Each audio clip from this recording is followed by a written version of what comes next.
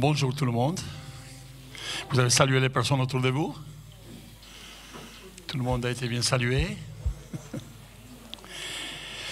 J'aimerais lire en Actes chapitre 2. Après avoir entendu ce discours, ils eurent le cœur vivement touché. Et il dit à Pierre et aux apôtres, « Hommes frères, que ferons-nous » Pierre leur dit, « Répentez-vous et que chacun de vous soit baptisé au nom de Jésus-Christ. Pour le pardon de vos péchés, vous recevrez le don du Saint-Esprit. Car la promesse est pour vous, pour vos enfants et pour tous ceux qui sont au loin, en aussi grand nombre que le Seigneur notre Dieu les appellera. Et par plusieurs autres paroles, il les conjurait, les exhortait, disant, « Sauvez-vous de cette génération perverse. » Ceux qui acceptèrent sa parole furent baptisés, et en ce jour-là, le nombre des disciples s'augmenta d'environ 3000 âmes. Ils persévéraient dans l'enseignement des apôtres, dans la communion fraternelle, dans la fraction du pain et dans les prières. La crainte s'emparait de chacun, et il se faisait beaucoup de prodiges et de miracles par les apôtres. Tous ceux qui croyaient étaient dans le même lieu et ils avaient tout en commun. Ils vendaient leurs propriétés, leurs biens, ils ont partagé le produit entre tous selon les besoins de chacun. Ils étaient chaque jour tous ensemble assidus au temple. Ils rompaient le pain dans les maisons, prenaient leur nourriture avec joie et simplicité de cœur, louant Dieu et trouvant grâce auprès de tout le peuple. Et le Seigneur ajoutait chaque jour à l'Église ceux qui étaient sauvés, ceux qui devaient être sauvés, ceux qui allaient faire partie donc de l'Église. Amen. Donc c'est dans ce contexte que nous aimerions donc lancer cette saison de rentrée, sachant que le Seigneur il est en train d'agir dans la vie de plusieurs personnes. Il y a des futurs baptisés qui ont commencé les cours de base, donc samedi prochain. Alors, vraiment qu'on soit tous d'un commun accord, persévérants dans l'enseignement des apôtres, dans la communion fraternelle, dans la fraction du pain et dans les prières. Merci Seigneur ce matin pour cette joie que tu nous donnes, de t'appartenir, de pouvoir vivre Seigneur afin d'accomplir tes desseins éternels. Seigneur, et nous sommes dans la joie d'être ensemble ce matin. Nous savons, Seigneur, que tout au long de ces mois à venir, tu vas continuer, Seigneur, à nous façonner. Tu vas continuer, Seigneur, à faire de nous, Seigneur, des vases d'honneur, des instruments utiles entre tes mains. Tu vas continuer, Seigneur, aussi à toucher des cœurs, toucher des vies. Il y aura des conversions, il y aura des personnes qui vont vivre des moments de délivrance, vivre des moments, Seigneur, d'affermissement dans la foi. Seigneur, et nous sommes dans la joie, Seigneur, de savoir que ce que tu as à l'avenir, Seigneur, c'est pour faire fructifier, Seigneur, toute la semence qui a été sémée, Seigneur, et que nous tous, nous sommes tous participants dans ta moisson et pour ta gloire. Au nom de Jésus. Amen. Lèvons-nous et donc louons le Seigneur. Tapons nos mains. S'il y a des chants qui vont avec. Et lèvons nos voix vers le Seigneur. Prions. Exaltons le nom de Jésus-Christ. Amen. Amen. Alors Marc nous a dit que c'est la rentrée. C'est une nouvelle.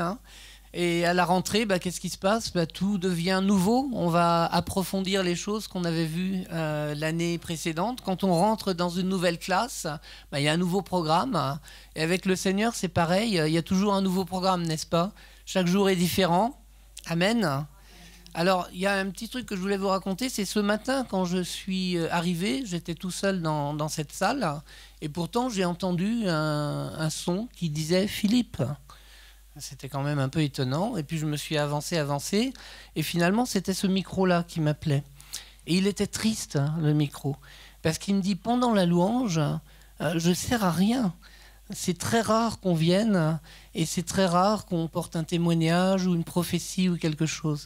Donc ne vous bridez pas. Si pendant la louange, vous ressentez que vous avez quelque chose à apporter et que ça peut bénéficier à tout le monde, alors venez d'abord voir Marc pour qu'il organise les choses et vous pourrez donc apporter votre prophétie, apporter votre témoignage. Amen. Amen. Alléluia. Alors on va démarrer et alors comme j'ai dit c'est la rentrée, on va commencer par ce chant qui dit « Voici le jour ». Parce que c'est le jour nouveau, n'est-ce pas? Tout est nouveau avec le Seigneur. Allez. rester nouveau avec le Seigneur. On va déclarer que tout ce que le Seigneur a en réserve pour nous est bon. Amen. On va déclarer que chaque jour que Dieu fait est bon. Chaque jour que Dieu fait est un sujet de joie. Amen. C'est pas la joie factice, c'est la joie intérieure. Amen.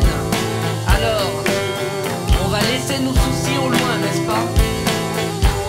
Mes soucis, je laisse au loin. Je me tourne vers demain. À toi je remets mon être entier. Jésus, mes mains sont tendues vers toi, croyant que tout vient de toi. Je sais que tout ce que tu as pour moi est bon. Si bon, car voici le jour que tu as fait. Il est pour moi un sujet de joie. Voici le jour que tu as fait. Il est pour moi un sujet de joie. Non, je n'aurai pas peur pour demain. Mon espérance est en toi. Voici le jour. Encore. Voici le jour. Mes craintes, je les laisse au loin. Mes craintes, je laisse au loin. Je ne doute plus de rien. Je ne doute plus de rien. À toi je remets ma volonté. Jésus, et mes mains sont tendues vers toi, croyant que tout vient de moi. Tes écritures que tu as pour moi est bon. Si bon, car voici le jour que tu as fait. Il est pour moi un sujet de joie. Voici le jour que tu as fait. Il est pour moi un sujet de joie. Non, je n'aurai pas peur pour demain. Mon espérance est en toi. Voici le jour. Voici le jour.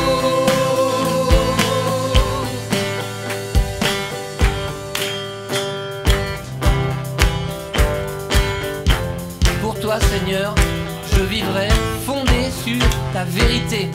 Amen. Pour toi, Seigneur, je vivrai.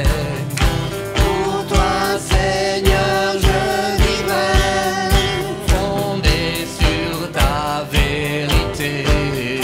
Fondé sur ta vérité. Oui, pour toi, Seigneur, je vivrai.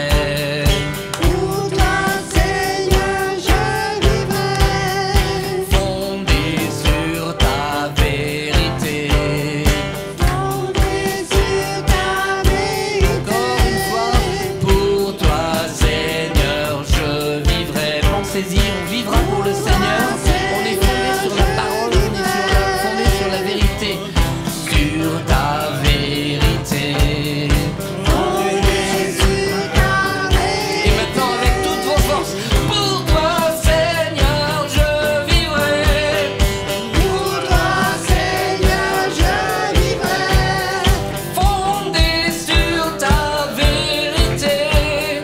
Fondé sur ta vérité. Car voici le jour que tu as fait. Il est pour moi un sujet de joie. Car voici le jour que tu as fait. Il est pour moi un sujet de joie. Non, je n'aurai pas peur pour demain. Mes craintes sont entre tes mains. Je te suivrai sur le chemin. Mon espérance est en toi. Car voici le jour.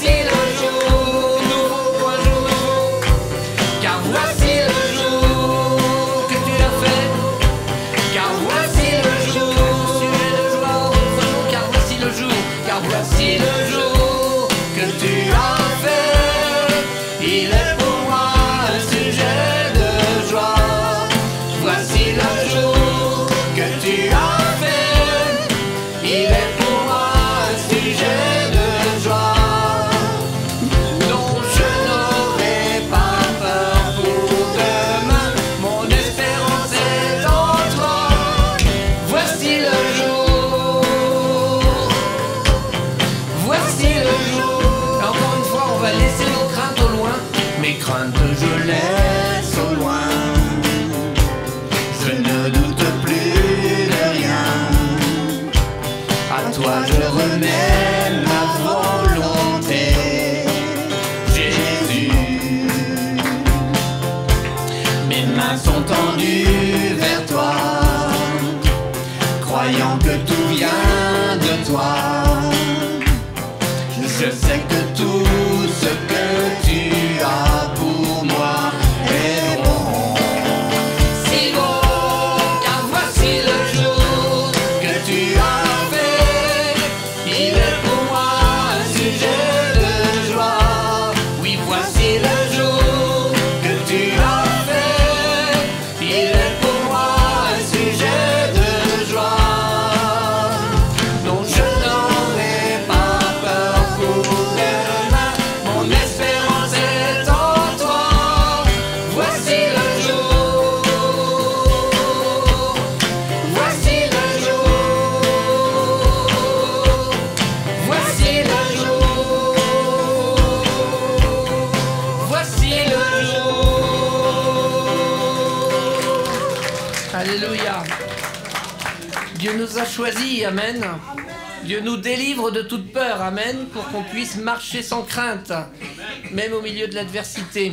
Peut-être que tu peux avoir peur de rencontrer cette année des personnes peu agréables dans ton école, dans ton collège, dans ton lycée, dans ton travail. Amen, peut-être. Peut-être qu'est-ce qu'on va vivre? Peut-être on va vivre une tempête. On ne sait pas ce qui nous est réservé cette année. Mais Jésus a calmé la tempête, amen. Il a dit aux disciples, et il nous dit à nous-mêmes, que nous pouvons faire de même. On peut calmer la tempête. Où est notre foi? C'est ça qu'il demandait aux disciples. Amen. Alors si tu as l'impression de manquer de sagesse, de foi, de volonté, de courage, Dieu t'encourage à chercher, à frapper à la porte, à demander, et il nous sera donné. Demandez, il vous sera donné. Donc ayons confiance dans notre Père Céleste. Et par l'amour que Dieu nous a témoigné, nous sommes appelés enfants de Dieu. Amen. Alors on va chanter ce chant qui exprime à la fois que nous sommes les enfants de Dieu, adoptés par lui, et qu'il nous délivre de toute crainte. On va chanter donc je ne suis plus esclave de la peur. Amen.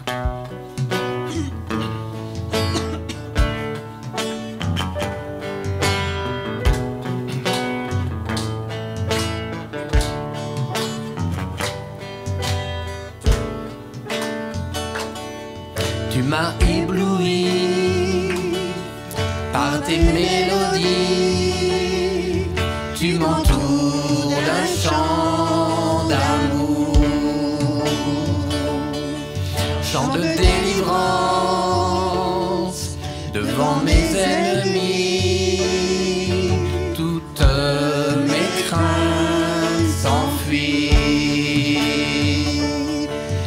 Je ne suis plus esclave de la peur, je suis enfant de Dieu. Je ne suis plus esclave de la peur,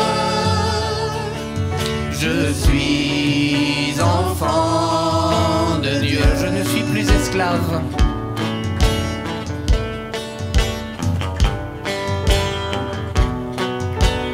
Avant ma naissance.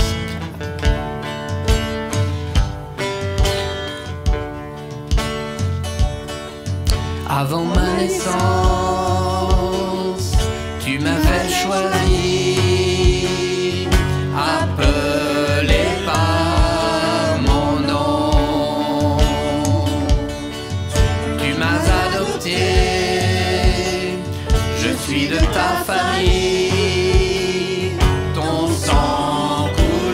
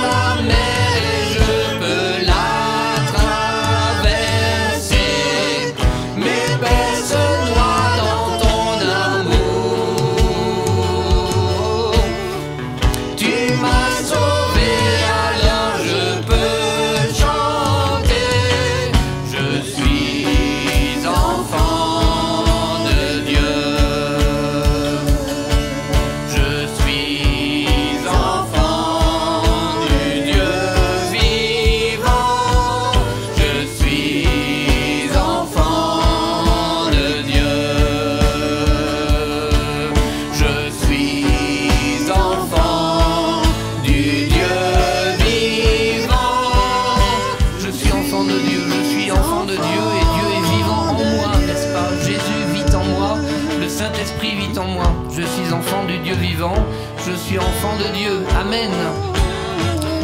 Disons-le encore une fois, je ne suis plus esclave de la peur, je suis enfant de Dieu.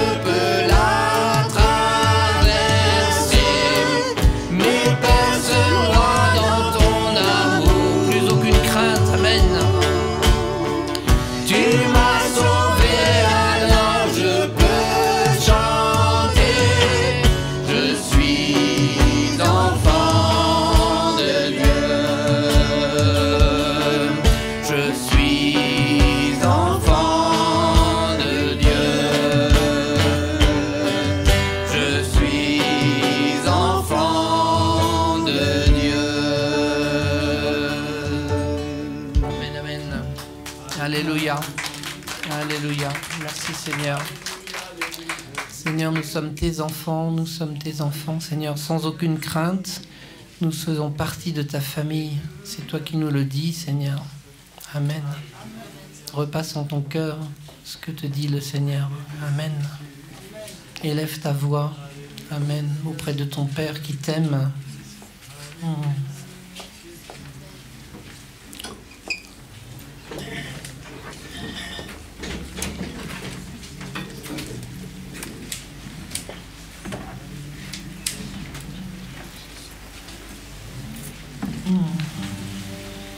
Racheter l'Église, alléluia, nous sommes rachetés de l'Éternel, et nous le disons, nous le proclamons, nous le vivons, Seigneur, alléluia.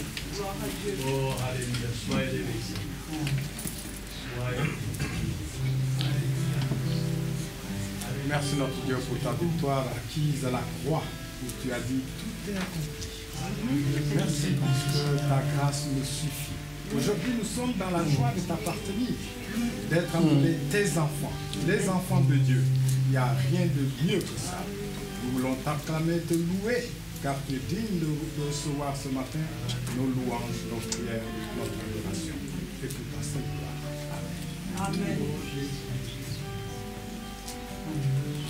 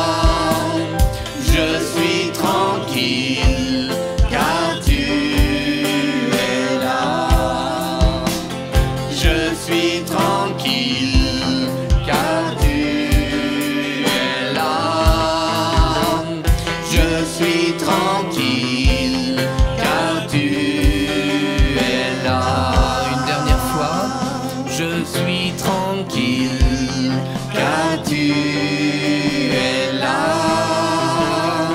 Je suis tranquille, car tu es là.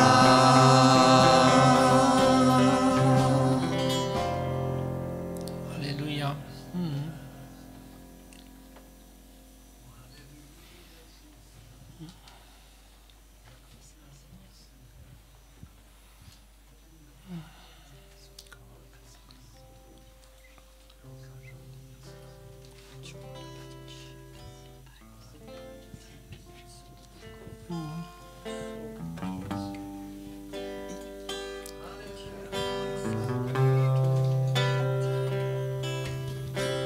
Nous avons confiance en Dieu, nous avons confiance en Jésus, Amen. Il nous donne force, calme et puissance. Nous sommes là devant lui. Remettons-lui tout, remettons-lui tout. Il nous abrite sous ses ailes, Amen. Il nous couvre. En lui seul, nous pouvons avoir ce calme et la puissance à la fois.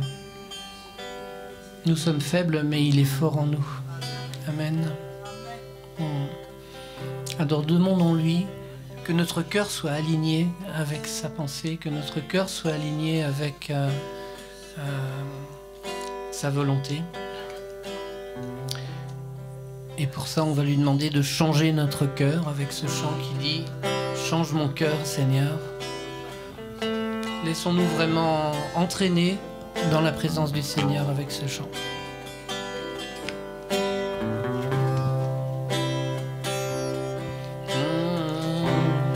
Change mon cœur, Seigneur, et purifie-moi.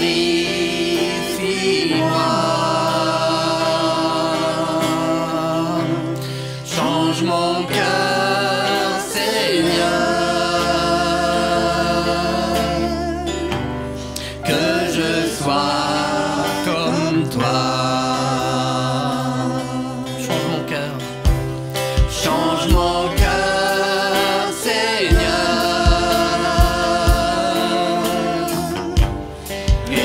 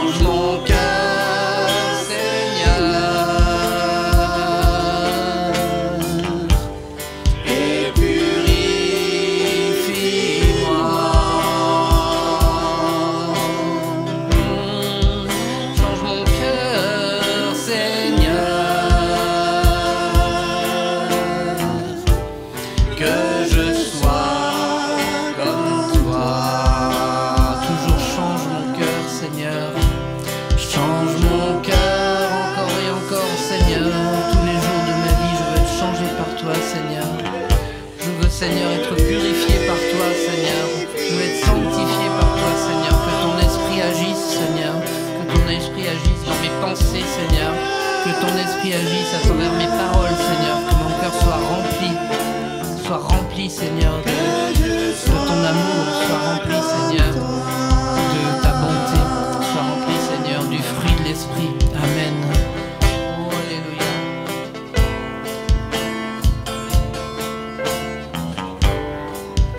Pense au Seigneur en toi. Parle-lui. Recommande ton sort à l'Éternel, recommande ton cœur à l'Éternel. Corps, âme, esprit, nous lui appartenons. Amen. Nous sommes ses enfants et il nous fait du bien. C'est lui qui nous éduque. Amen. Plongeons-nous dans sa parole, plongeons-nous dans l'esprit qui nous rappelle ce que Jésus a dit. Amen.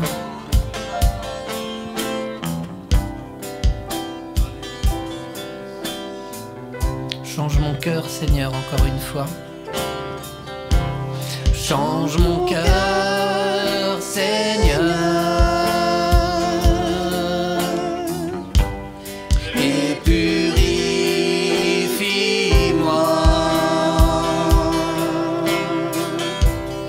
Change mon cœur, Seigneur, que je sois change mon cœur, Seigneur. Chantons-le avec force. Change mon cœur, Seigneur. Sourions intérieurement en chantant ce chant. C'est une joie d'être purifié par le Seigneur. Amen. Change mon cœur, Seigneur, que je sois comme toi. Change mon cœur, Seigneur, que je sois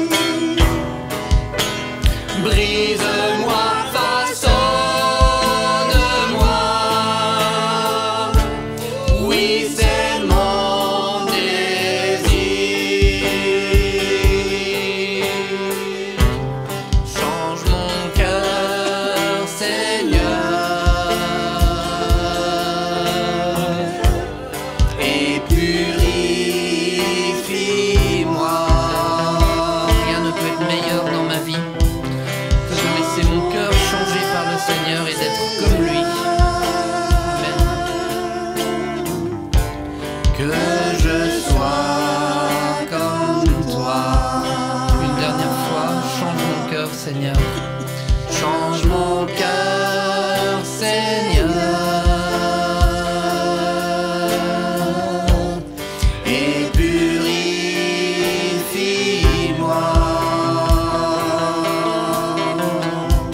Change mon cœur, Seigneur, que je sois comme toi.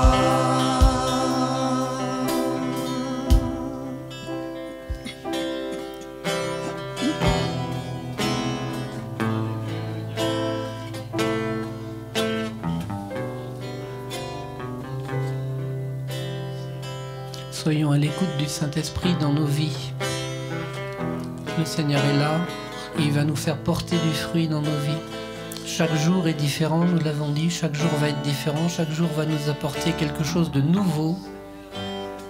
On peut même redoubler dans les classes, mais ça fait rien. Même si on redouble, il y a toujours quelque chose de nouveau, toujours quelque chose à approfondir. Le jour de demain ne sera jamais comme le jour d'aujourd'hui. Et c'est le Seigneur qui nous emmène sur sa route. Alléluia. Suivons le chemin que Jésus nous trace.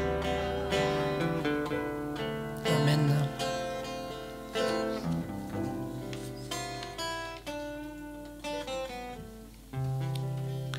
Je voudrais maintenant, comme on est dans l'intimité du Seigneur, qu'on se rassemble un peu tous ensemble et qu'on prenne ce chant qui dit « Nous tiendrons ». Mais pour ça, on va chanter « Nous tiendrons » par groupe, si vous voulez bien. Regroupez-vous avec ceux qui sont auprès de vous. Ceux qui sont assis et qui ne peuvent pas se mettre debout, soyez entourés par d'autres personnes pour que effectivement on ait cette impression qu'on est bien ensemble, qu'on est en église, et c'est en église que l'on va chanter ce chant. Donc nous tiendrons établis sur le roc qui est Jésus, bien sûr, face à nos ennemis, aux ennemis de la foi, aux ennemis du salut, nous élevons ton nom. Amen.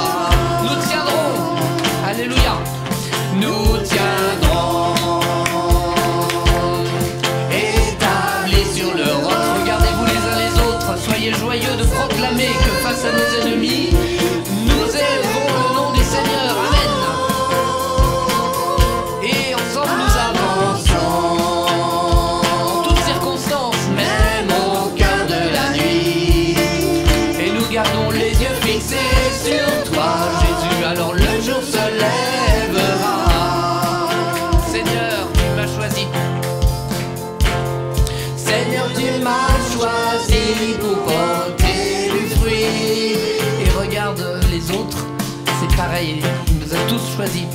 Un jour semblable à toi, je veux persévérer, je te verrai face à face. Nous tiendrons, établis sur le roc. Tous ensemble, nous tiendrons face à nos ennemis. Nous élevons ton nom.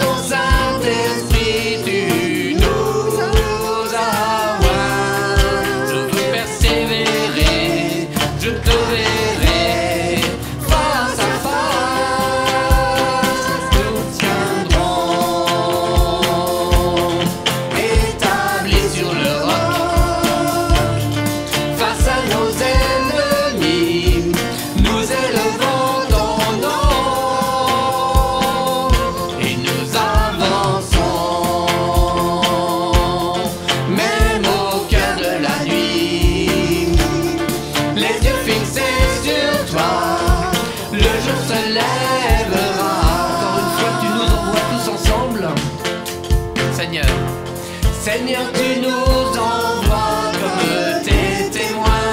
Nous sommes tous ensemble, ces témoins. Et de ton Saint-Esprit, tu nous as oint. Je veux persévérer jour après jour, je te verrai face à face. Et nous tiendrons établis sur le roc. Face à nos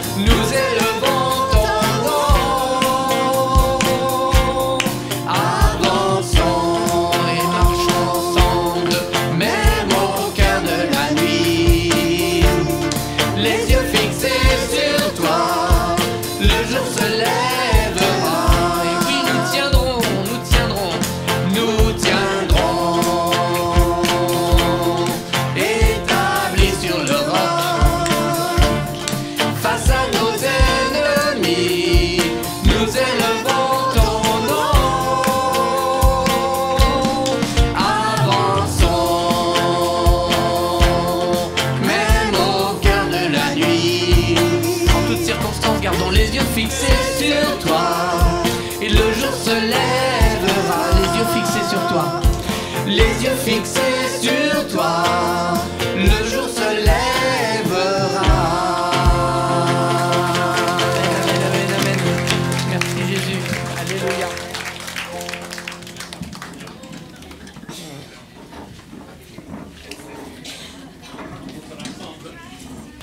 C'est pour s'encourager, c'est pour être fortifié, c'est pour se sentir rassuré par les promesses de Dieu, par les témoignages qu'on peut aussi entendre. Et Dieu est toujours à l'œuvre. Amen. Alors c'est très important parce que s'il y a des gens nouveaux qui vont venir au milieu de nous, il faut qu'ils deviennent des disciples de Jésus. C'est qui va s'occuper de faire des disciples? C'est qui? C'est qui? Levez la main. C'est qui? Amen. Amen. C'est nous tous, nous tous. Donc les disciples vont te ressembler. Ils vont prier pour toi. Si tu tapes les mains, ils vont taper les mains. Si tu souris, ils vont sourire. Si tu pries à haute voix, peut-être ils vont aussi prier à haute voix. Donc tout simplement, ils vont prendre exemple sur nous. Amen. Donc quand nous sommes dans la foi, quand nous sommes en Christ, alors c'est toujours, vous disiez, il nous façonne, il nous façonne, il nous façonne, il nous façonne, de jour en jour. Alors voilà, ce dimanche, bon je disais c'est un jour de rentrée, c'est tous les dimanches c'est un jour de rentrée. Hein. Parce que si on attend le 7, le 14, donc c'est vraiment donc, une joie de pouvoir être ensemble. Et donc, voilà, savoir qu'il y a des activités qui se mettent en marche. Tania va prendre les enfants. Donc, aujourd'hui, c'est encore les vacances. Mais à partir de la semaine prochaine, donc il y a tout un programme, un calendrier par rapport aux moniteurs, etc. Donc, on voit qu'il y a beaucoup de pré-ados, etc. Je me demande s'il ne faut pas faire une classe pré-ado et les plus jeunes. Mais merci Seigneur pour les enfants qui sont là. Alors, nous tiendrons. Comment? Amen. Établi sur le... Amen. Sur le roc. Amen. Alors, bien sûr, oh là là, l'école à nouveau, aïe, aïe, aïe. Il faut prier pour eux. Hein? Oui. Il faut prier pour eux. Donc, dimanche prochain, je vais vous donner une liste de prières. Et dans la liste de prières, vous allez voir des couleurs. Des couleurs qui décrivent, voilà, les adultes, hommes, femmes. Ensuite, il y a les jeunes adultes, 22 à 30. Ensuite, il y a les jeunes, donc plus ou moins 15 ans à 22. Ensuite, il y a donc les 11, 14, etc. Et donc, c'est des couleurs différentes. Alors, quand vous allez voir cette liste de prières, vous allez voir, oh là là, eux, ils ont 3 enfants sous l'âge de 10 ans. Hein. Il faut vraiment prier pour eux, hein, parce que, voilà, que Dieu leur donne, voilà, la sagesse. Ils sont en train de les élever, vraiment dans ces années cruciales. Vous savez, un enfant est formé pour l'âge de 5 ans. Vraiment, son caractère, son estime de soi, tout cela, ça se passe entre 1 an et 6 ans. Hein. Donc, vraiment, donc, on investit et on donne et on prie et on sait que le Seigneur, il a un but précis. Amen. Amen. Amen. Alors, je vais faire 2-3 petites annonces. Dimanche prochain, donc à la fin du culte, on a un repas avec tous les frères qui peuvent être là. Donc à la fin du culte, on aura un repas et on aura une réunion des frères. Donc, vous avez tous été contactés. Et si vous n'avez pas été contactés, ou vous êtes là pour la première fois, venez me voir et on pourrait en parler. Et aussi, donc, c'est le dimanche d'engagement. Vous avez une feuille sur la table. Prenez la feuille et priez pendant la semaine. Parce qu'à un moment donné, pendant le culte, on va vous donner l'occasion de vous exprimer et de dire dans quel domaine, dans quel service vous aimeriez vous investir. OK? Vous aimeriez participer. Parce que tout le travail s'est fait avec tout le monde. Ce n'est pas seulement quelques-uns, ce n'est pas que les responsables qui font tout. On a besoin des équipiers. Alors, il y a des équipiers ici aujourd'hui, levez la main. Des futurs équipiers. Levez la main, mais levez la main. Non, mais attendez, hein. Parce que sinon, les feuilles vont être esparses. Donc, c'est important. Pourquoi? Parce qu'on aimerait que l'Église prenne la vision qu'on est tous ensemble à avancer. Amen. Aussi, donc, le 13 septembre, on aura donc une réunion des jeunes. Alors, si tu as entre l'âge de 15 ans, 16 ans et donc 22, ou même jusqu'à 26, c'est pas grave. Alors, on va se voir ensemble, on va avoir un groupe de jeunes. Donc Jonathan sera avec nous. Jonathan est celui qui est chargé donc de la CRTJ, qui est donc de toutes les des centaines de jeunes des différentes églises. Il faut une convention tous les ans. Et donc il sera avec nous. Et là, donc, on va voir exactement quelle est la matière prime qu'on a, quels sont les outils que Dieu nous donne, chacun qui sera présent. Donc, tous les jeunes, s'il vous plaît, rappelez-vous, vous voyez donc les affiches. Donc, ce sera donc à 13h30. Donc, on va manger ensemble des pizzas. Vous allez manger ensemble des pizzas. Et donc, avoir un temps de partage. OK? Donc, n'oubliez pas. Très important. Et donc, voilà. Aussi, samedi prochain, à 16h30, commencent les cours de base. Donc, si vous voulez faire les cours de base, remplissez la feuille qui est derrière, remettez-la à Philippe. OK? Donc, il y a ceux qui ont commencé les cours de base, vous ne les avez pas terminés. Moi, je vous encourage, recommencez. Parce que des fois, les études, etc. Donc, vous ne vous dites, bon, j'ai assisté à 4, il y a 14, ça suffit. Non. C'est très important d'avoir vraiment donc, un aperçu donc, des bases de la foi. Alors, vous êtes invités, donc inscrivez-vous. Même si vous êtes déjà baptisé et que vous aimeriez le faire, inscrivez-vous. Si vous voulez vous faire baptiser, alors c'est très important de les faire parce que ça, c'est le critère, le critère pour pouvoir donc arriver au jour de baptême. Et on aura des baptêmes le 23 novembre, au culte. D'accord? Donc, il y a déjà un premier groupe donc, qui commence à se dessiner donc, pour le 23 novembre. Bien sûr, si vous êtes intéressé, à partir de samedi prochain, 16h30, pendant 14 semaines, peut-être il y a une semaine qui va sauter à cause des vacances, vous savez, la Toussaint, etc. Donc, voilà, on aimerait que vous soyez présents à 16h30 pour pouvoir recevoir les enseignements à travers les différentes personnes qui dispensent cet enseignement. Amen. Alors, nous continuons à prier les uns pour les autres, à s'encourager tous les mardis soirs, la lune de prière, c'est vraiment important. Et donc, prenez l'habitude, si vous êtes libre un mardi, par hasard, mais venez. Le Seigneur va nous répondre, le Seigneur va traiter avec nous, il va entendre le cri de notre cœur. Amen. Alors, nous allons recueillir les offrandes, ça fait partie de la louange, l'adoration.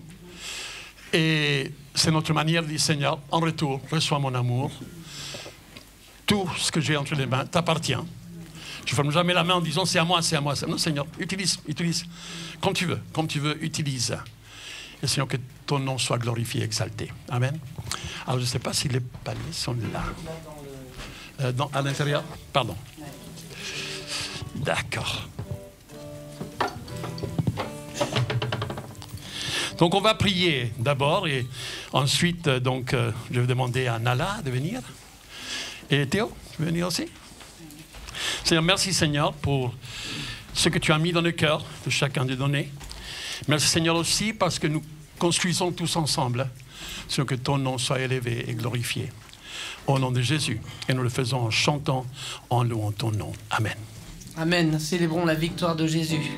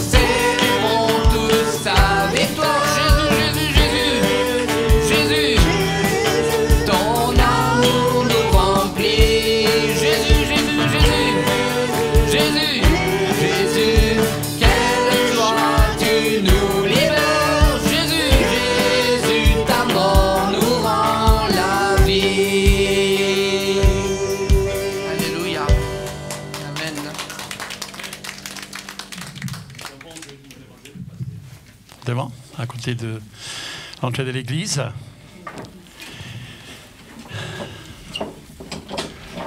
Pardon.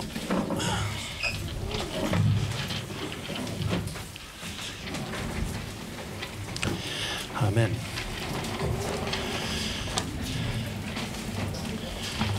Alléluia. Je vais demander à David de s'approcher pour apporter le message ce matin. Que vraiment le Seigneur ouvre nos cœurs. Amen. Merci.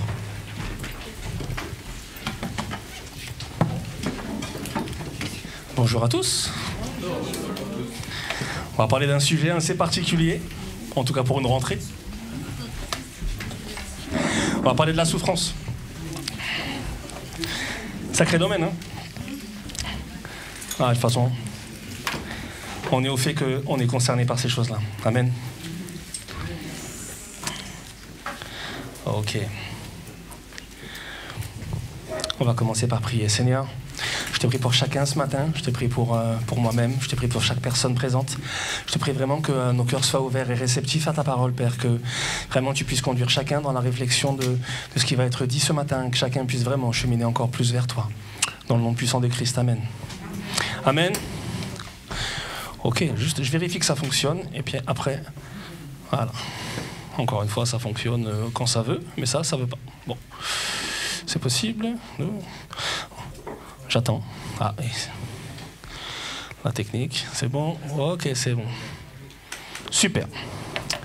Donc, on va commencer par une question. Est-ce que vous avez déjà souffert ou éprouvé des difficultés dans la vie? Non, hein, jamais. Hein.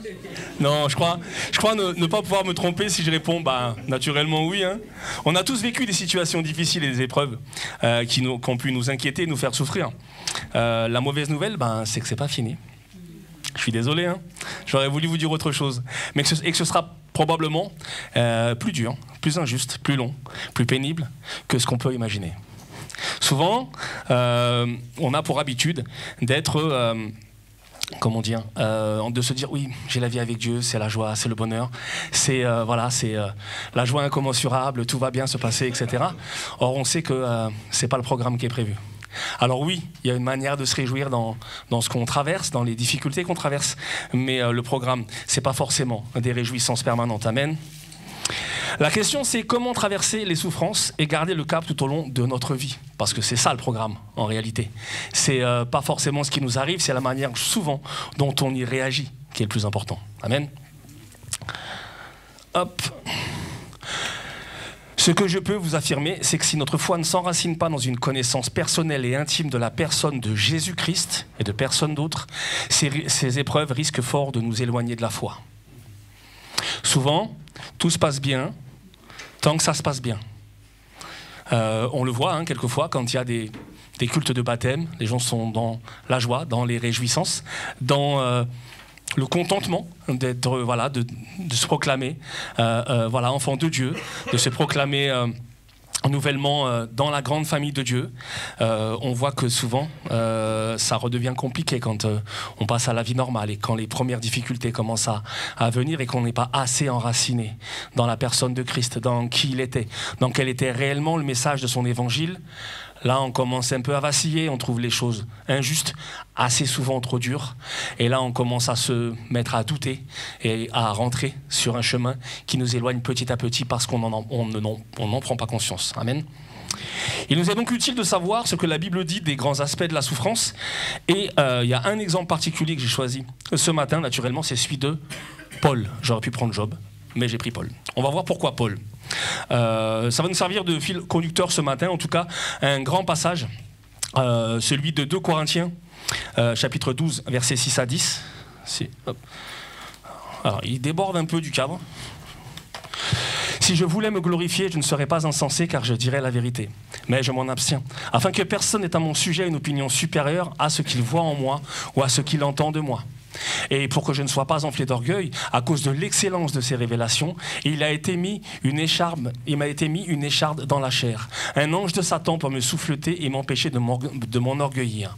3 fois, j'ai prié le Seigneur de l'éloigner de moi, et il m'a dit, ma grâce te suffit, car ma puissance s'accomplit dans la faiblesse. Je me glorifierai donc bien plus volontiers de mes faiblesses, afin que la puissance de Christ repose sur moi.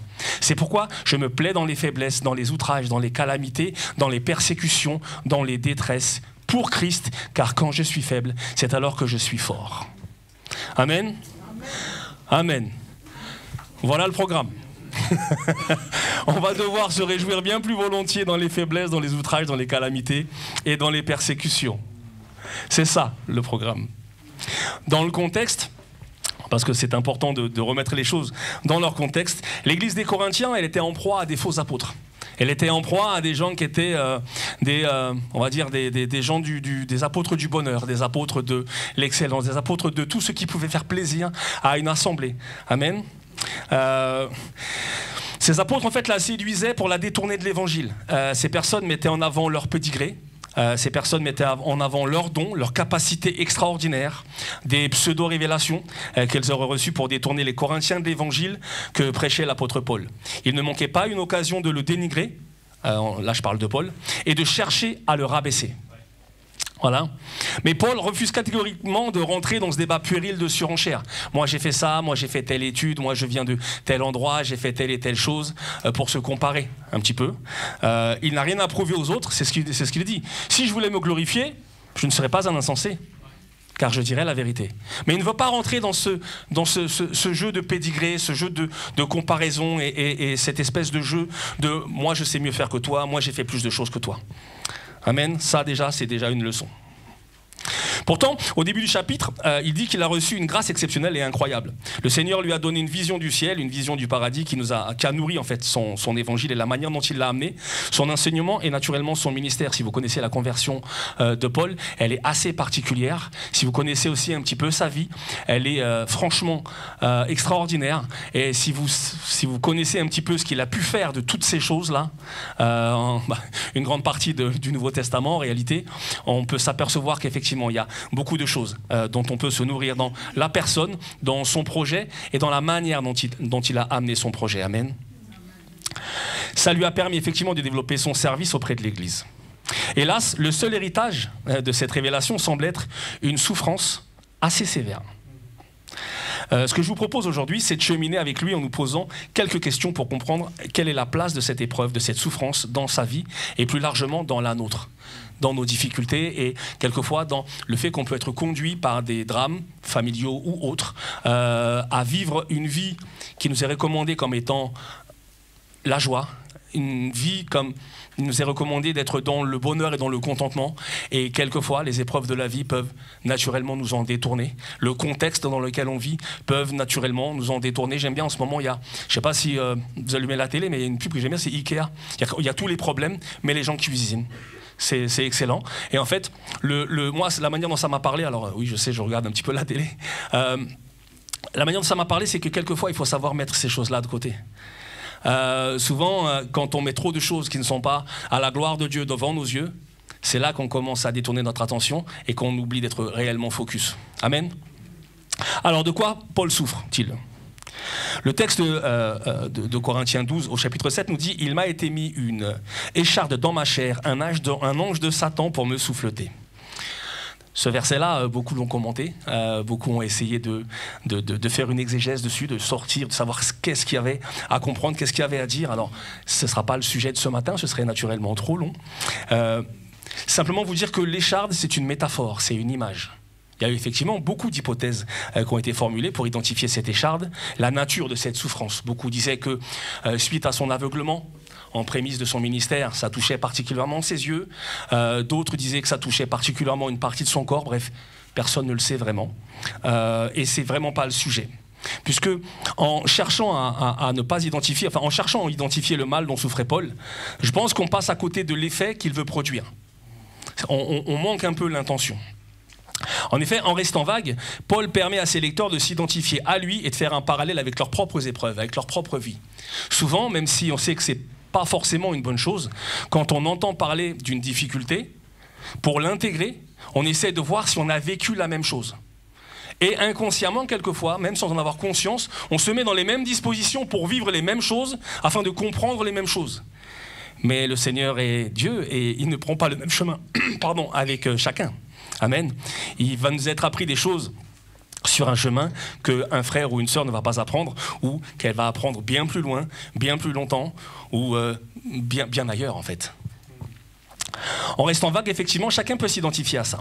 Ce qu'on sait, c'est que cette épreuve le fait souffrir depuis 14 ans au moment où il en parle.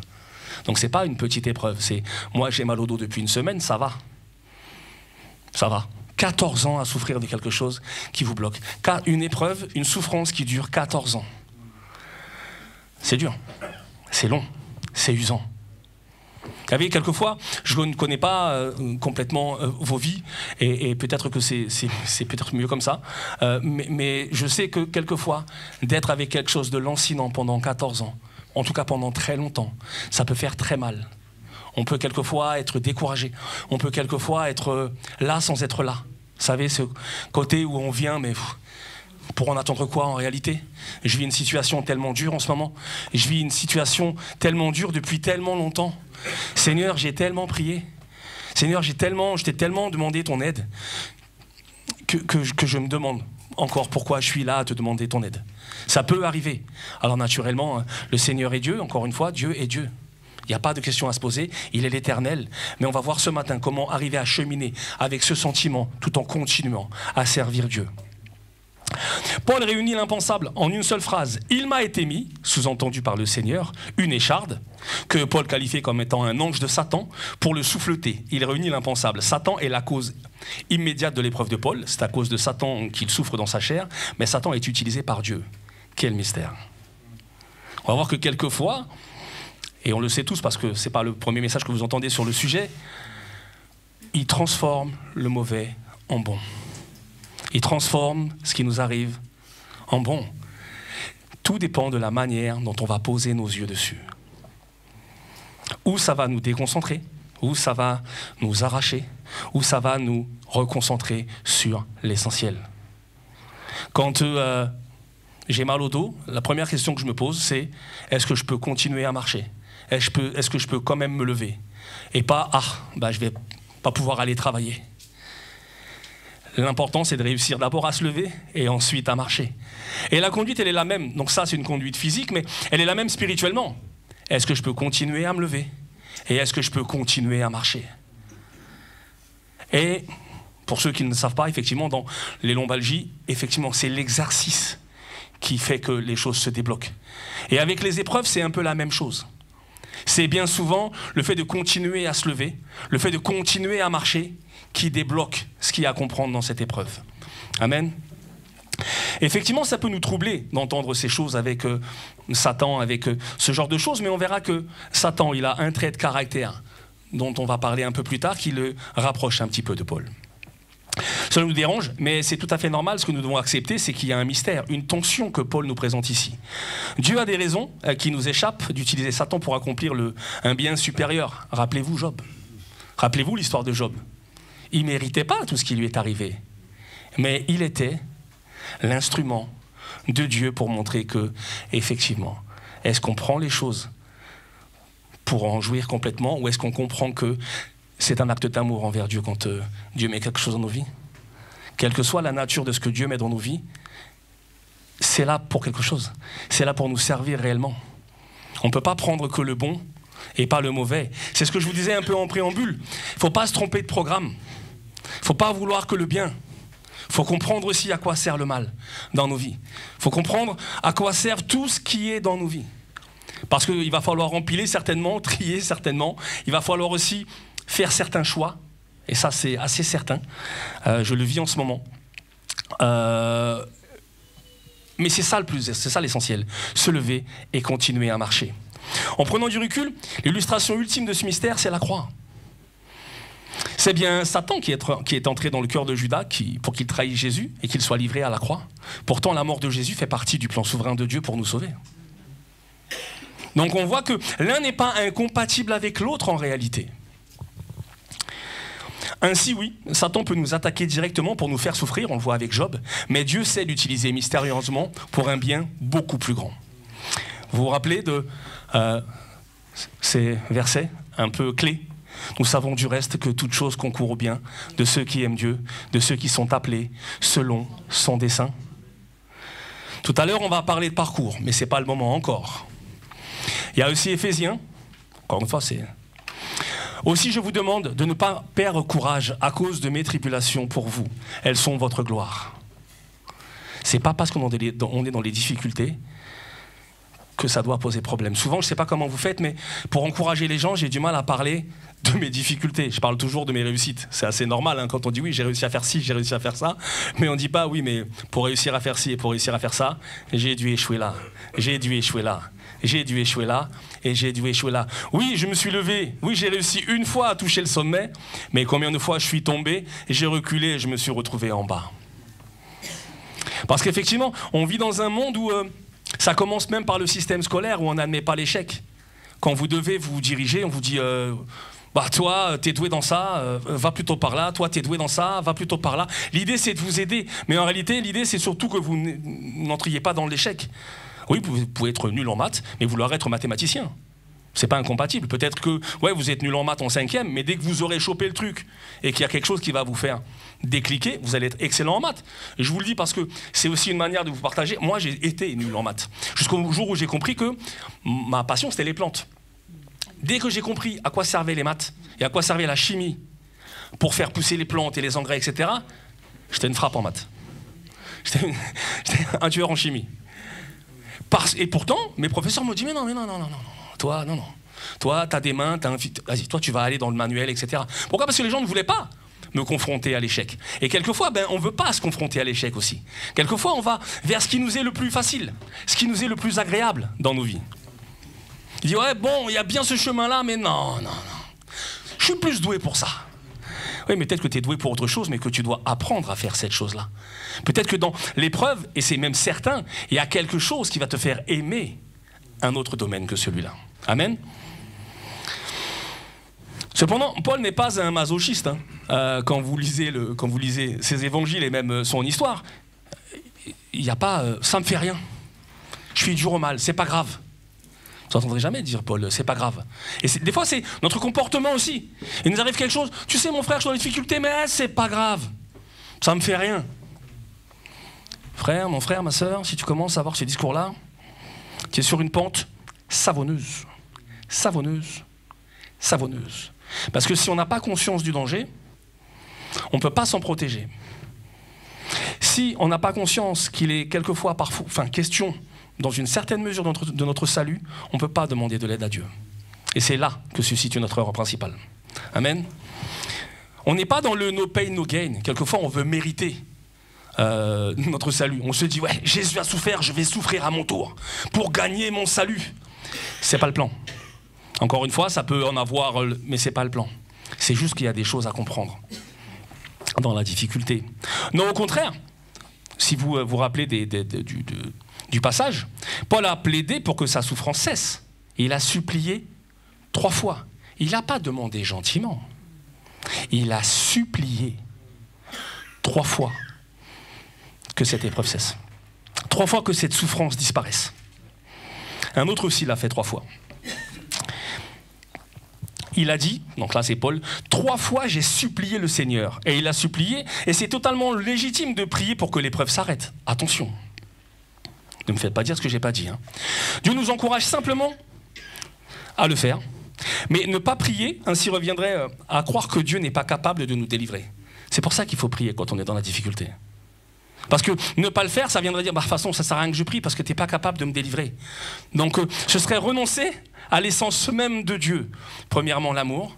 Premièrement, le message de l'évangile. Et deuxièmement, l'apprentissage, quelquefois dans la difficulté ou dans l'épreuve. Amen. Il est tout à fait légitime de prier pour que l'épreuve s'arrête.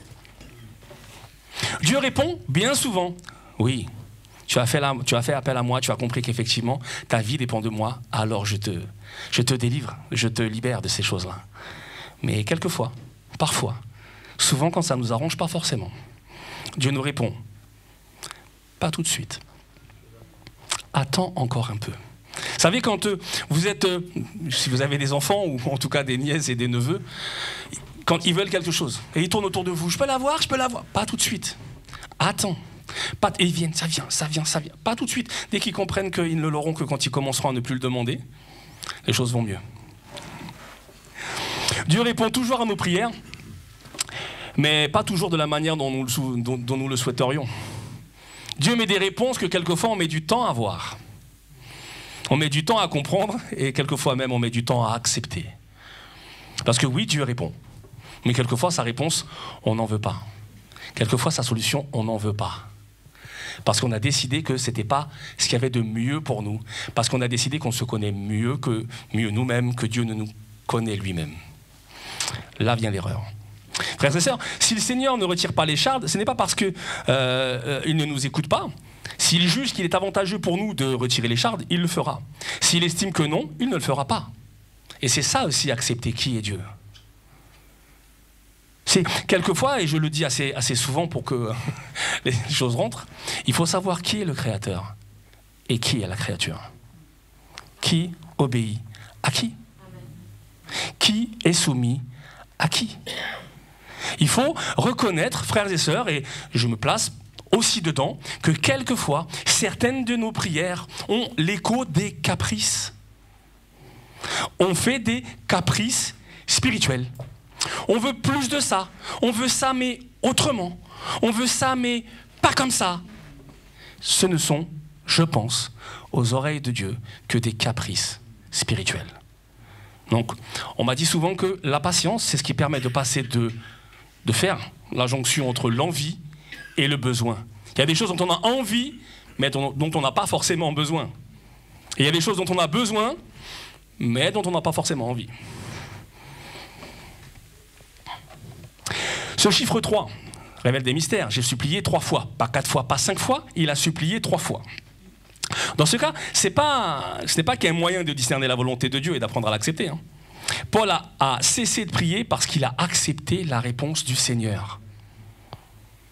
Il ne s'est pas dit, bon, il ne peut rien faire. Il s'est simplement dit, il ne le fera pas.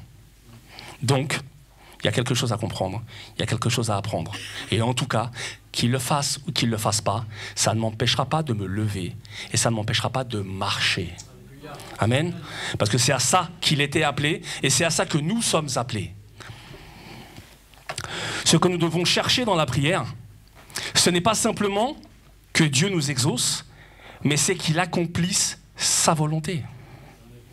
Et quelquefois, on n'arrête pas de prier tant qu'on estime qu'il n'a pas exaucé nos prières.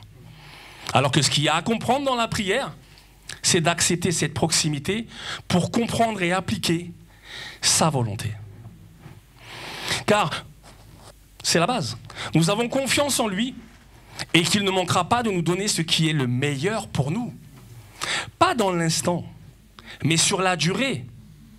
Je rappelle que même si quelquefois certains frères ont la chance de vivre plus longtemps, quoiqu'avec les épreuves c'est encore à jauger, mais que nous, on n'est que de passage.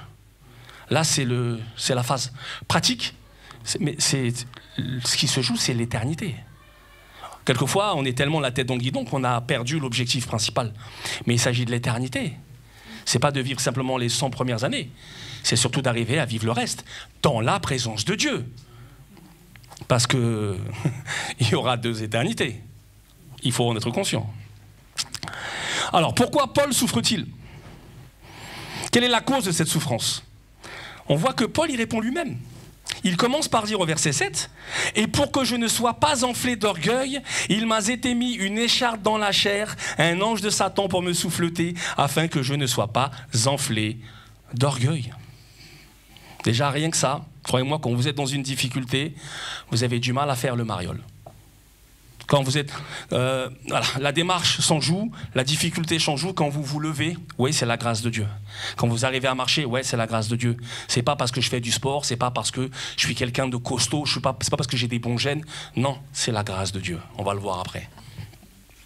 Paul répète à plusieurs reprises que l'écharpe est là pour qu'il ne soit pas enflé d'orgueil pour 2 raisons principales. Premièrement, Paul risquait de croire que la réussite de son ministère, parce que c'était une vraie réussite dans son ministère, attention, venait de lui et de s'attribuer la gloire qui revient à Christ seul. Oui, quelquefois, oui, j'ai ouvert telle église, j'ai voyagé, j'ai distribué tant de Bibles, j'ai converti, non. Vous avez déjà vu une guitare parler, dire j'ai joué là-bas, j'ai... Tu n'as été qu'un instrument, mon frère, ma sœur. Mais pour ne pas qu'on s'enfle d'orgueil, il faut comprendre qu'il y a l'instrument et il y a celui qui en joue. Encore une fois, cette histoire de créateur et de créature. Est-ce que le jour où vous verrez un instrument jouer tout seul, inquiétez-vous. Inquiétez-vous. Les musiciens confirmeront, le jour où vous verrez un instrument jouer tout seul, il y a quelque chose qui se passe. Il faut être attentif. Pourquoi l'orgueil? Parce que je crois que c'est ce qu'il y a de plus grand comme danger. Vraiment. Il risquait ainsi de ressembler à ces faux apôtres, en disant j'ai fait ça, j'ai tel don, j'ai ouvert, et il le savait. Et il ne voulait pas être ça. Et c'est pour ça qu'il n'a pas donné suite à ces espèces de disputes de mots qu'il recommandera d'ailleurs à Timothée, dans lesquels d'ailleurs il recommandera à Timothée de ne pas rentrer. Ne rentre pas dans les disputes de mots. Ne fais pas d'histoire avec ce que l'un croit, ce que l'autre croit. Mettez ça dans la prière et ça ira bien. Pourquoi l'orgueil est-il dangereux, j'ai écrit. Parce que l'orgueil nous pousse à chercher notre propre gloire, notre propre réussite, notre propre satisfaction dans la réussite. Même si ça vient de Dieu, moi j'ai réussi. Je l'ai fait. Non, Dieu l'a fait à travers toi. Oui, mais à travers moi. C'est ça l'orgueil. C'est de mettre le moi juste derrière Dieu et quelquefois juste avant Dieu. J'ai fait ça par la grâce de Dieu, mais j'ai fait ça. Non, Dieu a fait ça à travers moi. Encore une fois, c'est une question de place. Qui est qui? Amen. L'orgueil, c'est ce qui fait effectivement gonfler notre ego. C'est ce qui nous rend avides de reconnaissance, avides d'admiration, avides d'estime de la part des autres. On est tous des drogués à l'orgueil, totalement dépendants de ce péché quelquefois. Notre ego n'a qu'un seul but, créer une version idéalisée de nous-mêmes à afficher devant les autres. T'as vu, j'ai réussi. Toi, t'as réussi ou pas? Oui, mais c'est pour les encourager. Non, c'est pour te gonfler. Non, mais t'as vu, j'ai fait ça. Ok. Et toi, t'as fait quoi? Mais c'est pour l'encourager à faire. C'est pour te vanter que toi, t'as fait. On n'en a pas toujours conscience, attention. On peut avoir de bonnes intentions, mais se tromper de chemin. Hein. On peut aller en courant vers des chemins qui ne sont pas les meilleurs pour nous. Hein. Nous sommes tous soumis à l'orgueil. Alors je sais que vous vous dites que... Oui, mais moi, je ne suis pas comme les autres. Déjà, rien qu'en se disant, moi, je ne suis pas soumis à l'orgueil, je ne suis pas comme les autres, vous switchez. Ça, c'est le principe de l'humilité. La personne, au moment où elle dit « je suis humble », elle ne l'est déjà plus. Il y a des choses qui ne se formulent pas. Et c'est ça aussi, quelquefois, ce qu'il y a à apprendre dans le silence avec Dieu, c'est qu'il y a des choses qui ne se formulent pas, mais qui se comprennent dans le silence, dans la prière et dans la contemplation. C'est pas la peine de rentrer dans une guerre, une dispute d'arguments avec Dieu. Seigneur, je veux. Seigneur, je sais que tu as fait ça, ça. Seigneur va nous dire, je sais ce que j'ai fait, t'inquiète pas. Je sais ce que tu as fait, ne t'en fais pas non plus. Maintenant, c'est qu'est-ce que tu veux? Et est-ce que tu veux vraiment comprendre ce qu'il y a à comprendre face à moi ou pas? Est-ce que tu es venu me voir pour te glorifier de ce que tu as fait, de ce que tu voudrais faire et me signifier à moi les plans que tu as pour toi? Ou est-ce que tu es venu me voir moi pour que je te dise les plans que moi j'ai pour toi? C'est ça le mécanisme en réalité. L'orgueil a causé tant de guerres, tant de divorces, tant de violences. Il a causé plus de souffrances et de morts dans le monde, je crois, que n'importe quoi d'autre. L'orgueil, la fierté. Vous connaissez certainement, je lâcherai pas. Moi, je suis quelqu'un, je lâche pas. Bah, si tu lâches pas, tu auras un problème. Parce que si tu lâches pas, il y a bien un moment donné où il va falloir que tu fasses du tri avec ce que tu as dans les mains. Vous savez, c'est ce côté où, des fois, on l'a tous fait, ou on l'a tous vu faire. Un enfant, il prend du sable, il en a plein les mains, mais il en veut encore. Il regarde ses mains, il regarde le sable, il doit faire un choix. Ou bien il accepte qu'il ne peut plus prendre de sable et il garde ce qu'il a dans les mains. Ou bien il lâche le sable et il reprend quelque chose. Et je pense qu'il y a cette notion de main ouverte et de main fermée qui est important aussi à comprendre sur ce qui nous arrive. Seigneur, voilà ma vie, voilà où j'en suis. Pas Seigneur, voilà ma vie, voilà où j'en suis. Seigneur, simplement voilà, je te présente ma vie. Je te présente les circonstances de ma vie. À toi de me faire comprendre ce que tu veux, que je comprenne. À toi de me remplir ou de me vider. Amen.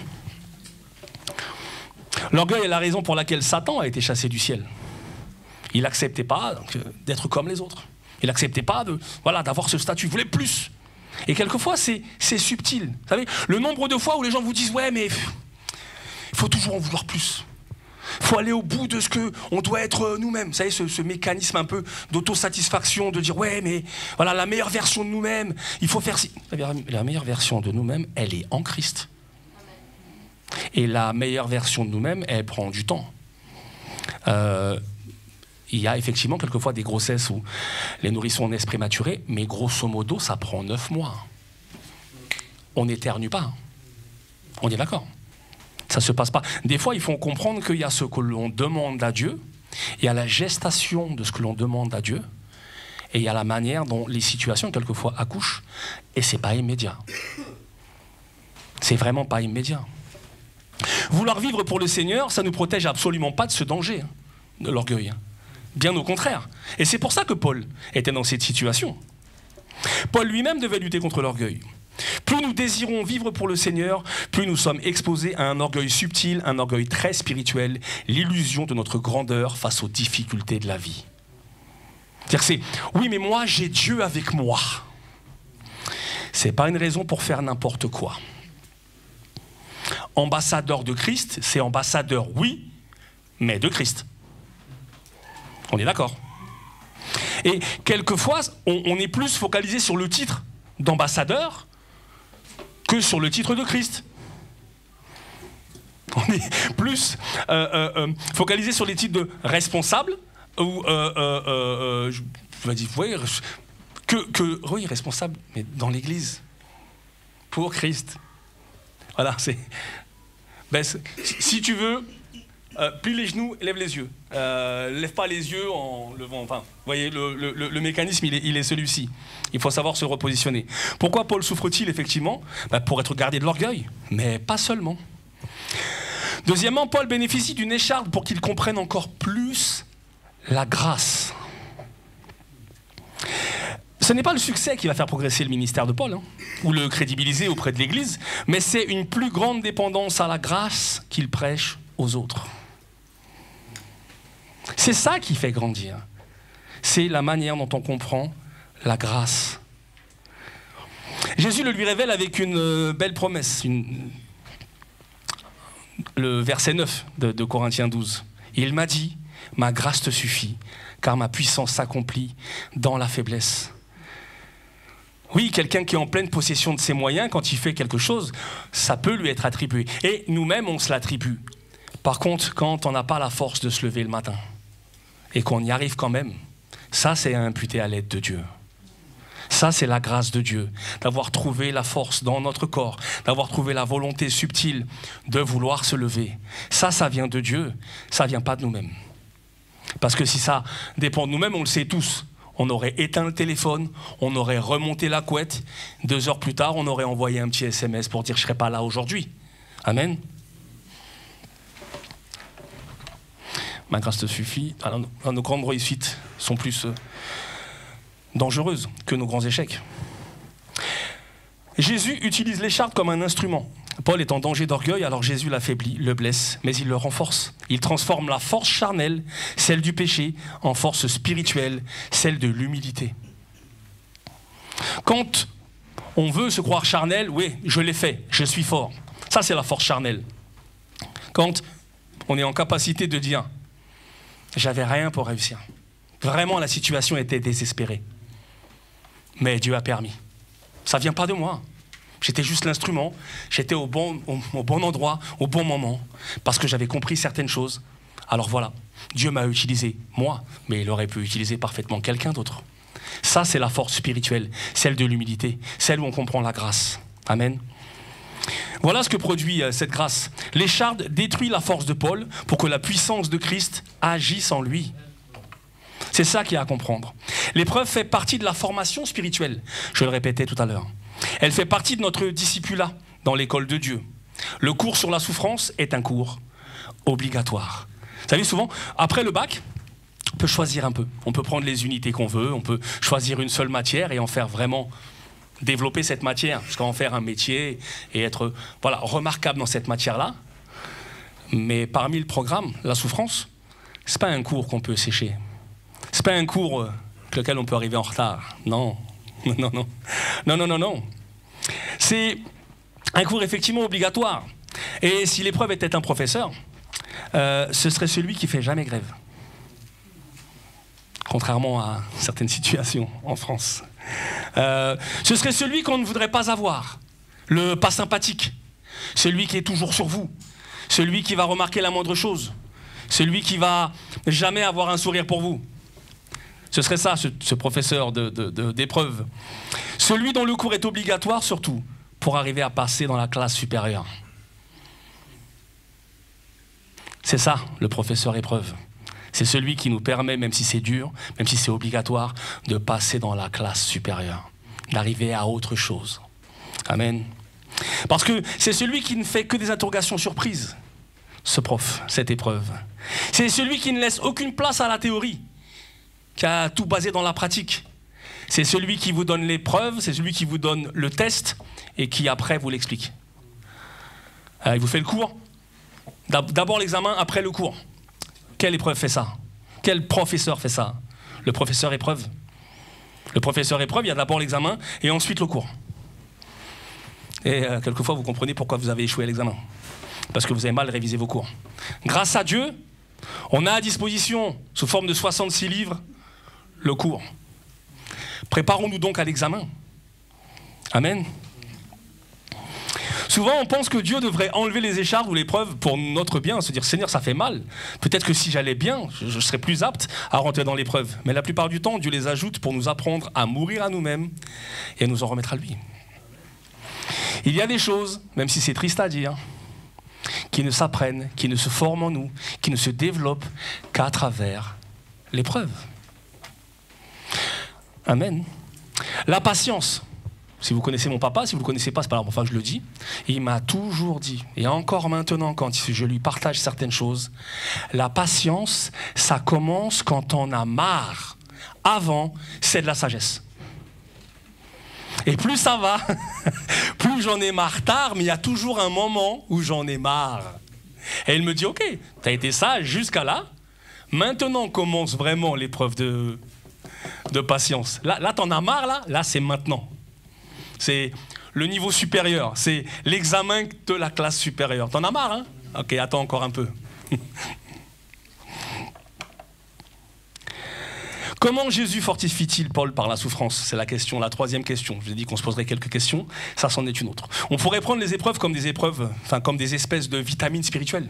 C'est une épreuve, ouais, ça va me booster. Comme un juvamine. C'est une épreuve, waouh, je vais être mieux. Si vous vous dites ça, c'est que vous avez jamais vraiment été dans l'épreuve. Hein.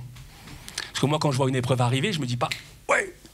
Je me dis, ok, bon, il va falloir se montrer fort, il va falloir se montrer digne, il va falloir réviser ses classiques, il va falloir remettre du temps dans la prière, il va falloir, merci, il va falloir, pourtant j'ai des serviettes là-haut, mais comme souvent, j'oublie que c'est pas mon stylo. Moi, mon écharpe, ça doit être le manque de concentration, j'ai l'impression. J'ai tout ce qu'il faut dans mon sac et je prends que la moitié, bref. Je vous disais donc que l'épreuve n'est pas une vitamine spirituelle. C'est pas une espèce de force spirituelle abstraite qui va se développer en nous dans la difficulté. Non, non, non, non, c'est pas comme ça que ça marche. En réalité, il y a quelque chose de beaucoup plus profond, beaucoup plus intime qui se passe entre Jésus et Paul, et plus largement entre Jésus et nous. Pour le comprendre, il faut revenir à Ésaïe 53, 4. Oui, t'inquiète, c'est juste que je suis pas doué pour ça. C'est bon. Pour écrire des trucs, mais pas pour ouvrir un paquet de mouchoirs, vous voyez. Chacun ses faiblesses. Hein. Ok. Cependant, ce sont nos souffrances qu'il a portées, c'est de nos douleurs qu'il s'est chargé, et nous l'avons considéré comme puni, frappé de Dieu et humilié. On n'a pas compris. On l'a vu, on le savait, mais nous l'avons considéré comme puni, frappé de Dieu et humilié. Même des fois, quand les choses se passent devant nous, on a du mal à les comprendre. Alors qu'on le sait, alors qu'on l'a lu, alors qu'à l'époque, les prophètes l'avaient annoncé. Mais Ça n'a pas empêché certains de le considérer comme puni, frappé de Dieu et humilié. Mais il était blessé pour nous, pour nos péchés, brisé pour nos iniquités. Le châtiment qui nous donne la paix est tombé sur lui, et c'est par ses meurtrissures que nous sommes guéris. Amen. Amen. Ça nous apprend qu'il n'y a pas de véritable amour sans sacrifice. Un sacrifice, c'est ce qui place l'autre devant nous. C'est ce qui nous permet d'apprendre à mourir à nous-mêmes, mourir à nos ambitions. Aimer l'autre, c'est se sacrifier pour lui, ne pas regarder à notre condition, mais vouloir faire quoi qu'il en coûte. Et j'insiste bien là-dessus. Vouloir faire quoi qu'il en coûte la volonté de Dieu. C'est ça le véritable sacrifice. Oui, quelquefois ça va faire mal. Oui, quelquefois ça a déjà fait mal. Mais c'est le seul chemin. Il n'y en a pas d'autre. Vouloir faire coûte que coûte la volonté de Dieu. Oui, des fois on aurait voulu faire plus. Oui, des fois on aurait voulu faire maintenant. Oui, des fois on aurait voulu faire plus tard. Mais quoi qu'il arrive devant nous, quoi qu'il en coûte, la volonté de Dieu, si c'est maintenant, c'est maintenant. Si ça fait mal, ça fait mal. Si ça arrache, eh bien ça arrache. Mais ce qui doit nous motiver, c'est la volonté de Dieu. Amen. La force de l'amour de Jésus pour nous ne se mesure à ce qu'il a sacrifié pour nous. L'écharde qui a percé Jésus, c'est le poids de nos péchés. C'est ça son écharde. Nos péchés l'ont cloué sur la croix. C'est ce que nous dit le verset. Il a souffert pour nos fautes. Il a subi la condamnation que nous méritions. C'est pour ça que je vous disais qu'en comprenant ça, c'est aussi une manière d'affronter l'épreuve. Parce que si on n'est pas enraciné dans qui était Christ, dans quel était le message de Christ, dans quel était l'évangile de Jésus-Christ, c'est là qu'on commence à vaciller. C'est en s'appuyant sur ces fondamentaux-là. Et c'est pas parce que je vous l'ai dit ce matin, croyez-moi, ces choses-là sont avérées, sont testées, sont approuvées. Amen. C'est le poids de nos péchés, effectivement, qui l'a condamné. Dans Gethsémane, ou Gethsémane, je ne sais pas si on dit là avec l'accent ou si on coupe, Jésus, lui aussi, a supplié 3 fois le Père, afin que s'il était possible, Seigneur, s'il est possible que cette coupe s'éloigne de moi. Il n'a pas demandé, il n'a pas suggéré, il a supplié. Seigneur, s'il est possible, si on peut trouver un moyen, si peut-être qu'on n'a pas tout examiné et qu'on peut faire autrement, alors s'il te plaît, Seigneur. Mais dans s'il te plaît, il y a s'il te plaît. Souvent, je m'amuse avec les enfants, je dis, mais s'il te plaît. Oui, mais s'il ne me plaît pas. C'est pas parce qu'on demande gentiment qu'on obtient. On obtient si c'est bon pour nous. Si ça l'est pas, on n'obtient pas. Et Dieu ne change pas de manière de faire. La Bible nous dit qu'il est le même hier, aujourd'hui et éternellement. C'est ça la manière de faire de Dieu. Et il ne va pas changer simplement pour un de nos caprices. Même Jésus a supplié 3 fois. Afin que s'il était possible, oui, effectivement, cette souffrance de la croix lui soit épargnée. Mais non, ce n'était pas possible. Et jusqu'au bout, il a cherché la volonté de Dieu. Avec les clous, avec la passion, avec les insultes, avec la situation, avec la douleur que ça devait faire. Au-delà de l'imaginable. Il savait. Et il allait, et il savait pourquoi il y allait. Parce qu'il voulait à tout prix, coûte que coûte, faire la volonté de Dieu. Et c'est ça que nous devons apprendre de Jésus-Christ. C'est le coûte que coûte, quoi qu'il en coûte, la volonté de Dieu. Mais le Père lui a dit, en l'occurrence là, non, car le plan était qu'il manifeste sa puissance à travers la mort de Christ. Il y a cette notion, encore une fois, de mort. Et Jésus a manifesté la puissance de l'amour de Dieu dans sa faiblesse, dans le fait qu'il était faible. Il est mort, oui. Il était faible. Il était soumis à tout ce qui lui arrivait, il était faible. Il a supplié, il aurait pu dire « j'assume ». Non, il n'a pas dit « j'assume ». Il ne s'est pas positionné en Avengers. Il ne s'est pas tapé sur le torse et il n'a pas dit « allez-y, crucifiez-moi ». Non, ce n'est pas ce qui s'est passé. Il a manifesté la faiblesse pour pouvoir mourir à cette faiblesse et pouvoir agir avec force ensuite. À travers la couronne d'épines, clouée sur une croix, pour pouvoir nous donner sa vie, il fallait d'abord qu'il la perde. Amen. Et pour qu'il puisse nous donner la vie, il faut d'abord, dans une certaine mesure, que notre vie à nous, on la perde. Amen.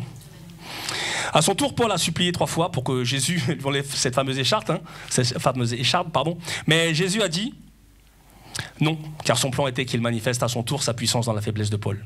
Jésus s'est affaibli pour sauver Paul, alors à son tour, Paul accepte d'être faible pour que Jésus manifeste sa puissance à travers lui. C'est ça qui s'est passé avec Paul.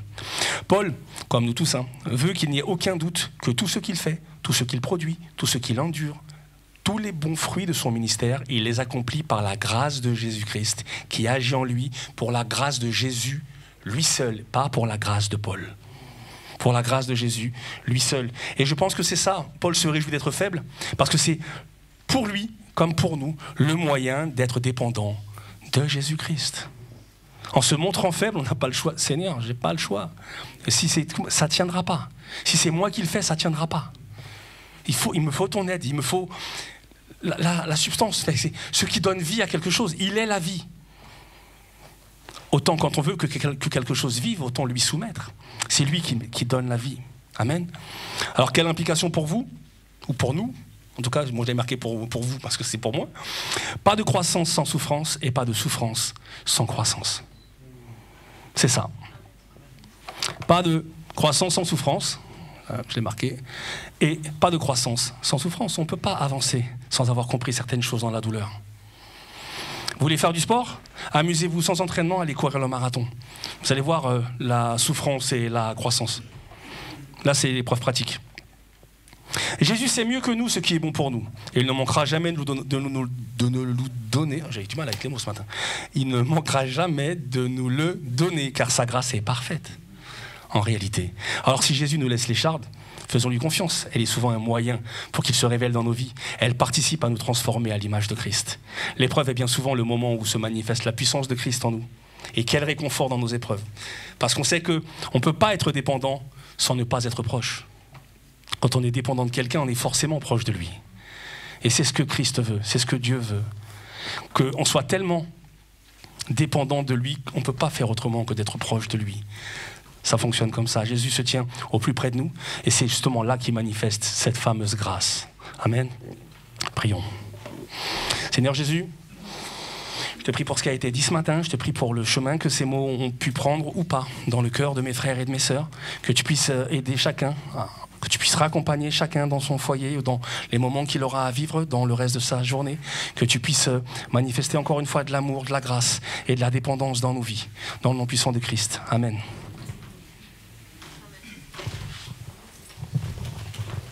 Abba Père, je veux être à toi seulement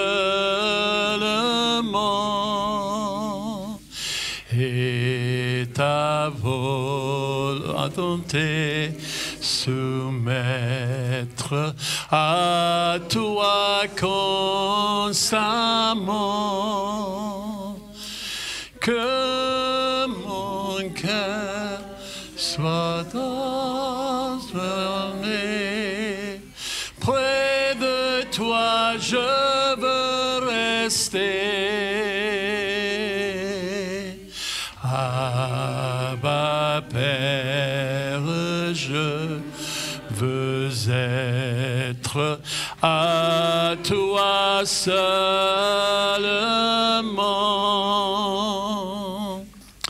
Parfois, on a des épreuves et on s'est dit, ça, c'était pas par mon manque de prudence. Parce que la Bible dit qu'il ne faut pas souffrir par manque de prudence.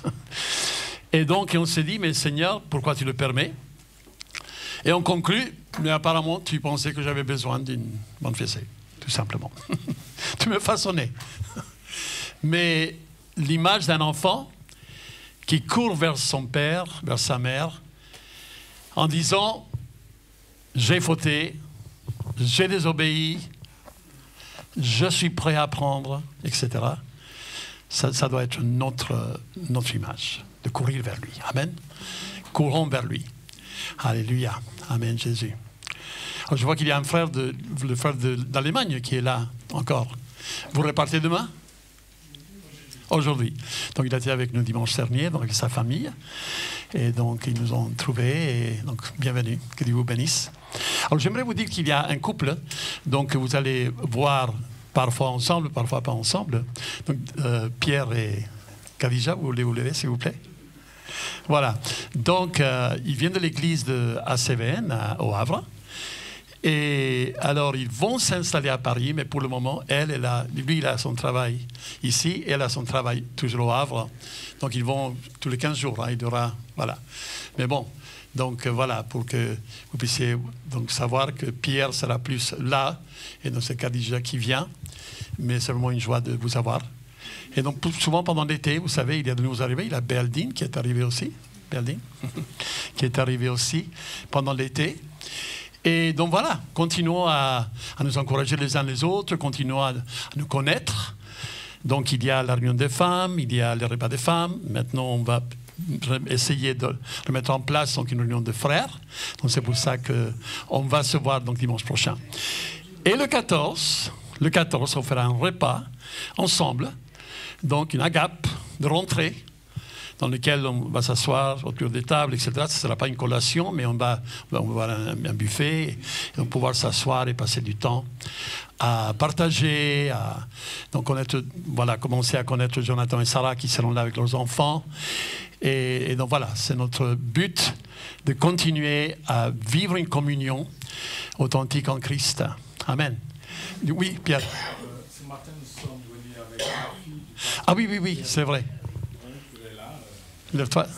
Stacy. Donc c'est la fille de Thierry, le pasteur de Jonathan et ça. Amen. Amen. Alors j'aimerais demander donc à tous les jeunes de venir me voir ici, dans ce coin. Il n'y a pas beaucoup de chaises. Venez rapidement me voir. Donc si vous avez entre 15 ans et donc 26, jusqu'à 26, allons-y. Pour commencer, donc par la suite, on verra bien. Donc on mettra en place donc ce qu'on veut faire. OK? Donc venez rapidement. Lèvons-nous et remercions le Seigneur. Père, merci Seigneur parce que tu nous aides chaque jour à comprendre que ta grâce nous suffit. Et ça, c'est la réponse de ton cœur envers nous. Parce que tu sais, Seigneur, l'œuvre que tu es en train d'accomplir en nous rendant conforme à l'image de Christ. Merci, Seigneur, de nous aimer.